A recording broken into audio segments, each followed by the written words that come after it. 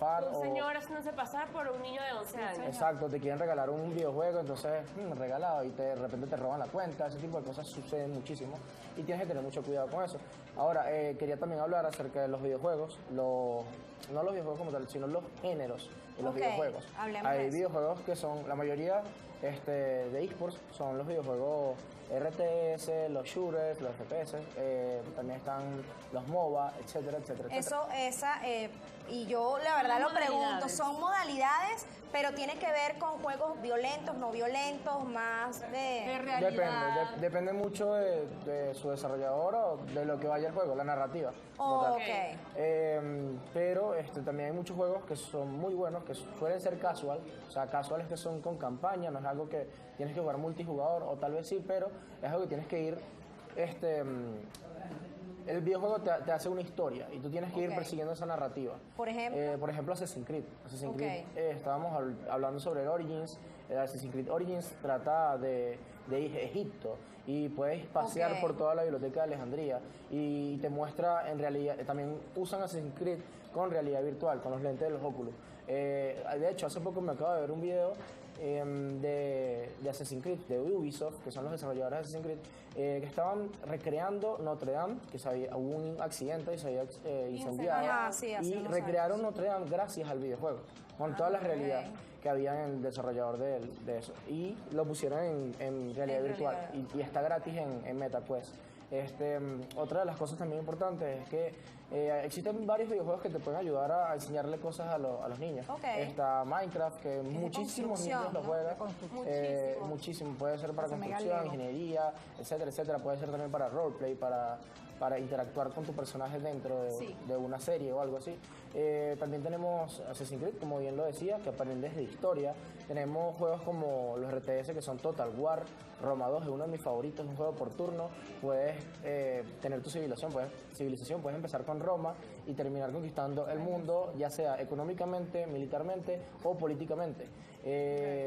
Y te recrea las batallas históricas de esos tiempos, Napoleón, etcétera. Entonces hay de todo. Algunas imágenes de lo que podría ser alguno de estos que juegos, serían un poco más educativos de alguna manera. Y ahí cuando hablamos de eso, de las herramientas que te puede brindar un juego. Exacto, y no solo eso, sino que como educadores y como adultos deberíamos tomar parte de cómo motivan a los niños para atrapar el seguir en ese juego. Como docentes deberíamos tomar parte de cómo enganchan al niño o al adolescente, que ellos quieren estar siempre en ese juego, ¿verdad? Entonces, las herramientas que utilizan, el premiar, al seguir al nivel siguiente y querer estar, y que ya no quiero sino comerme la arepa pegado de la tablet, eso, nosotros deberíamos también tener esos enganches en la parte educativa para que el niño quisiera siempre estar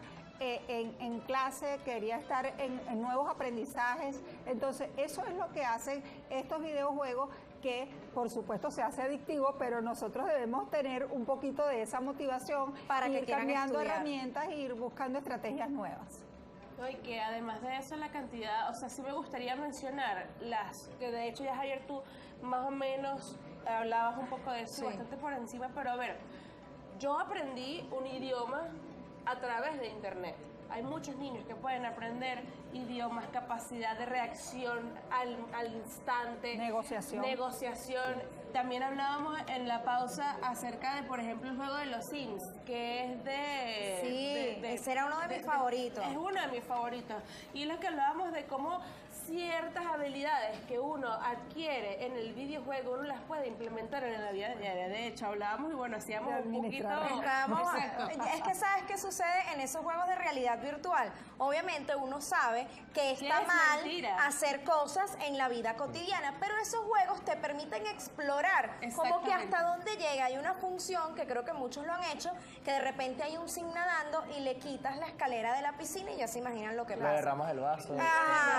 Haces maldades. Cierras las puertas, entonces es como que sí haces maldades. Exactamente, haces maldades porque sabes que no es real. Entonces verdaderamente también podríamos hablar de los videojuegos como un cierto escape, por decirlo de alguna manera.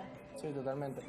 Otra cosa que quería comentar con respecto al tema del aprendizaje con los videojuegos es que, bueno, yo como profesor de la Academia de eSports de la UCAP, yo estoy explicando Valorant, pero veía mucho que los profesores de la UCAP iban a la academia a enseñarles a sus clases, iban por ejemplo, un psicólogo o un profesor de historia, iban a la academia con las computadoras y ponían un videojuego de historia.